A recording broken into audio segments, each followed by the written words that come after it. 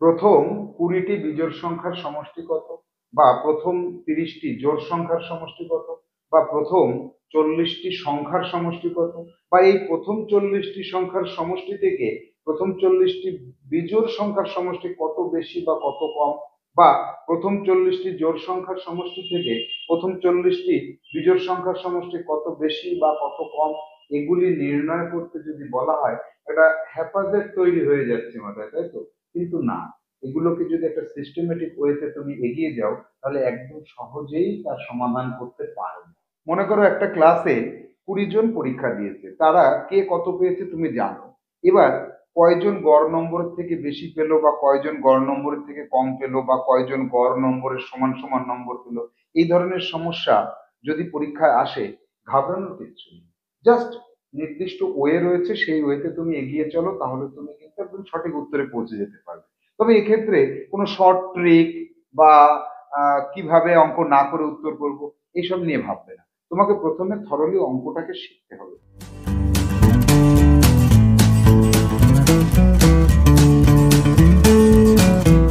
Hello students, welcome to Saha institute Jawahar Navodaya বিদ্যালয় প্রবেশিকা পরীক্ষার অঙ্ক ক্লাস, সংখ্যাতত্ত্ব বই।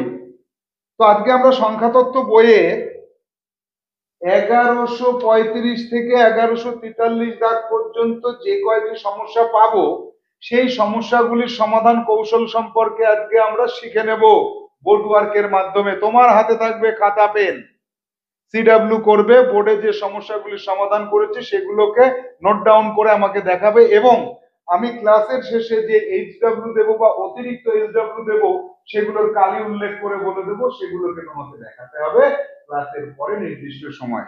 তাহলে চলো আমরা সরাসরি চলে যাব বোর্ডে। বোর্ডে সমস্যাগুলিকে পড়বো এবং তার সমাধান করার চেষ্টা করব। সর্বপ্রথমে দেখবো আমরা 1135 দাগে যে সমস্যাটি রয়েছে, বলছে প্রথম 5টি বিজোড় সংখ্যার সমষ্টির দ্বিগুণ সংখ্যক সংখ্যার মধ্যে কয়টি বিজোড় সংখ্যা? কি হলো ব্যাপারটা, বোঝা গেল না তো? আবার বলি, প্রথম 5টি বিজোড় সংখ্যার সমষ্টির দ্বিগুণ সংখ্যক সংখ্যা।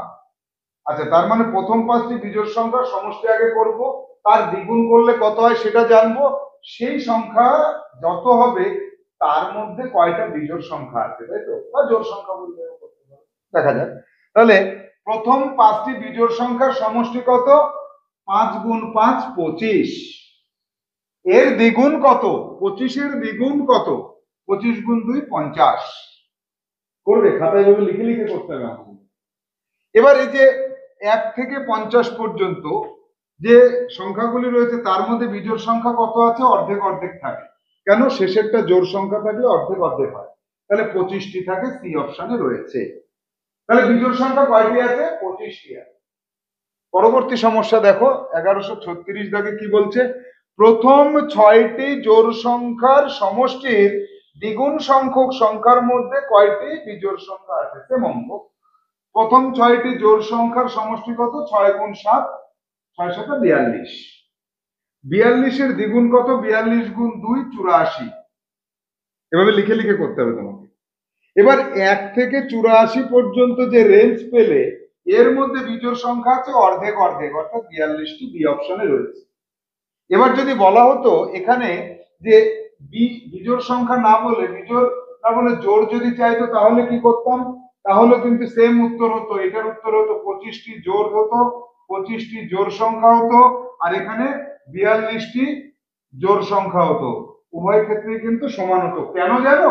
কারণ এই যে যে সংখ্যার রেঞ্জ, এই শেষেরটা জোড় সংখ্যা আছে, তাই শেষেরটা জোড় সংখ্যা থাকলে অর্ধেক অর্ধেক হয়, আর বিজোড় সংখ্যা হলে কি হয় অলরেডি তুমি জানো, শিখিয়েছি এই সংখ্যাতত্ত্ব বই থেকে। এবার যাব পরবর্তী সমস্যা 1137 দাগে। 1137 দাগে পাচ্ছি প্রথম 10টি সংখ্যার সমষ্টি থেকে প্রথম 10টি যুগ্ম সংখ্যার সমষ্টি কত বেশি? তাহলে প্রথম 10টা সংখ্যার সমষ্টি কত? প্রথম 10টি সংখ্যার সমষ্টি 10 গুণ 11 ভাগ 2 55। প্রথম 10টি যুগ্ম সংখ্যার সমষ্টি কত? 10 গুণ 11 110। তাহলে কত বেশি? বেশির পরিমাণটা বড় থেকে ছোট বিয়োগ করে 55। তো দেখি এখানে কোথায় আছে উত্তরটা। 55 আছে ডি অপশনে। ডি অপশন হবে সঠিক উত্তর। যাব পরের সমস্যা 1138। একই রকম ভাবে করতে হবে। TW থাকবে 1136 দাগের মতো। অঙ্কটা পড়ি। প্রথম 10টি সংখ্যার সমষ্টি থেকে প্রথম 10টি অযুগ্ম সংখ্যার সমষ্টি কত বেশি বা কত কম? তাহলে প্রথম এখানে কি করবে, প্রথম 10টি সংখ্যার সমষ্টি 55, এটা নির্ণয় করবে তুমি। প্রথম 10টি অযুগ্ম সংখ্যার সমষ্টি হচ্ছে 10 গুণ 10 সমান সমান 100 বেরোবে। বিয়োগ করলে কত হবে, 100 থেকে 55 বিয়োগ করলে 45 বেরোবে। এটাই তোমার উত্তর হবে, কি অপশনে আছে। পারবে করতে? যাবো পরবর্তী সমস্যায়। পরবর্তী সমস্যা 1139 দাগে 7 জনের অঙ্কে প্রাপ্ত নম্বর যথাক্রমে 7, 8, 4, 9, 3, 5, 6, 5 হলে কতজন গড় নম্বরের থেকে কম পেয়েছে? গড় কত জানতে হবে, তার কম কতজন পেয়েছে সেটা গুণে দেখতে হবে। তাহলে দেখি এই অঙ্কটার সমাধান করলে কি হয়।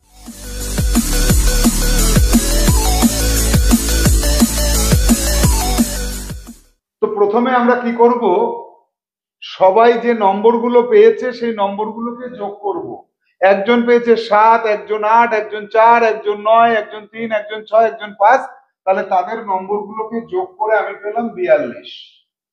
যোগটা আগে করে নিয়ে তারপরে লিখব 7 জনের অঙ্কে প্রাপ্ত নম্বরের সমষ্টি 42। এই লাইনটা লিখবো। তাহলে অঙ্কে প্রাপ্ত নম্বরের সমষ্টি যদি 42 হয় আর জন যদি 7 জন হয়, কয়জন আছে দেখি? 1 জন, 2 জন, 3 জন, 4 জন, 5 জন, 6 জন, 7 জন। তাহলে 7 জনের অঙ্কে প্রাপ্ত নম্বরের গড় সমান সমান এই সমষ্টিকে 7 দিয়ে ভাগ করে দিয়ে পাবো 6 পাবো। এবার 6 এই যে গড় নম্বর, এর থেকে কম পেল কয়জন? তাহলে 6-এর থেকে কম পেয়েছে একজন 4, একজন 3, একজন 5, অর্থাৎ 1 জন, 2 জন, 3 জন, 3 জন কম পেয়েছে। তাহলে গড় নম্বরের থেকে কম পেয়েছে 3 জন, এই অপশনে রয়েছে 3 জন। এটা আমার সঠিক উত্তর হবে।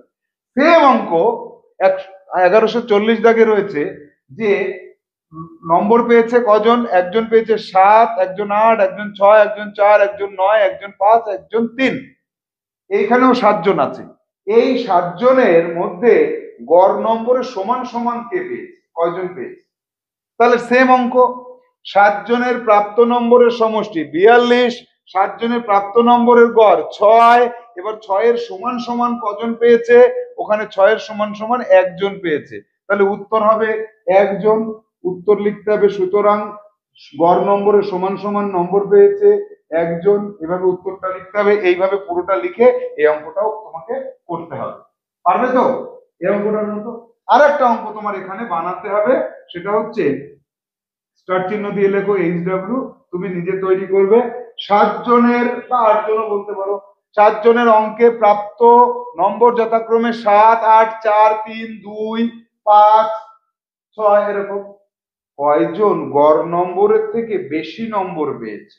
অর্থাৎ কম এখানে ছিল, এটা ছিল কম, এটা ছিল সমান, আর বাকি থাকলো হচ্ছে বেশি। এই বেশিটা তুমি নিজে গঠন করো। এই একটাই অঙ্ক তুমি এখান থেকে গঠন করবে। এই যে দুটো করলাম, এখানে বাকি রয়েছে বেশিটা, তাই তুমি গঠন করবে।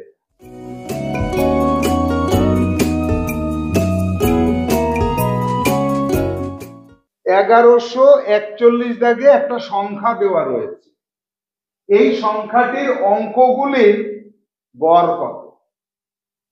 গড় করতে গেলে কি করতে হয় জানো? সমষ্টি করতে হয়। তাহলে অঙ্কটাকে লিখে করতে হবে, এই সংখ্যার অঙ্কগুলির সমষ্টি 3 যোগ 6 যোগ 2 যোগ 5 সমান সমান 16। সুতরাং অঙ্কগুলির গড় সমান সমান 16কে 4 দিয়ে ভাগ করলে 4 হবে। বি অপশনে আছে, খুঁজে দেখো। এবার আসবো 1142 দাগে যে 7 জনের অঙ্কে প্রাপ্ত নম্বর 4, 5, 3, 2, 7, 9 কতজন গড় থেকে বেশি পেয়েছে? যেটা তোমার একটু আগে HW দিয়েছি, সঙ্গে এটাও তোমার HW থাকে। পারবে তো? হ্যাঁ পারবে। যাবো 1143 দাগে একটা ভেরি ভেরি ইম্পর্টেন্ট একটা তথ্য এখানে এই অঙ্কটার মধ্যে পাচ্ছি। 3 অঙ্কের বৃহত্তম সংখ্যার সাথে যে কোনো সংখ্যা যোগ করলে কোন ঘটনাটা ঘটে? তাহলে দেখা যাক, 3 অঙ্কের বৃহত্তম সংখ্যার সাথে প্রথমে 1 যোগ করি, 0 0 এইটা পেলাম। 2 যোগ করলে 1 0 এটা পেলাম। আমি আরো যোগ করব, যে কোনো সংখ্যা যোগ করতে বলেছে। এটা যোগ করলে কত পাচ্ছি? 9 9 18, 9 9 18 19, 9 9 18 আর 1 19। এবার কি করব? 9 9 9 এর সাথে যোগ করব 5 2 6 7, যা খুশি। তাহলে এখানে পাচ্ছি 16 6 হাতে 1 10, 16 6 হাতে 1 10, 12 2 হাতে 1 6। কি হলো? সংখ্যাগুলো সব পাল্টে যাচ্ছে। আরো কি করব? 9 9 9 প্লাস 1 2 5 6 2, তাহলে যোগ করলে কত হচ্ছে? 1 10 আর 6 16, 10 আর 5 15, 1 3, এইটা হবে। এবার দেখো, এই যে এতগুলো করার পরে একটু লক্ষ্য করো যে 3 অঙ্কের বৃহত্তম সংখ্যার সাথে 1 যোগ করেছি, 1 2 3 4 অঙ্কের একটা সংখ্যা পেলাম।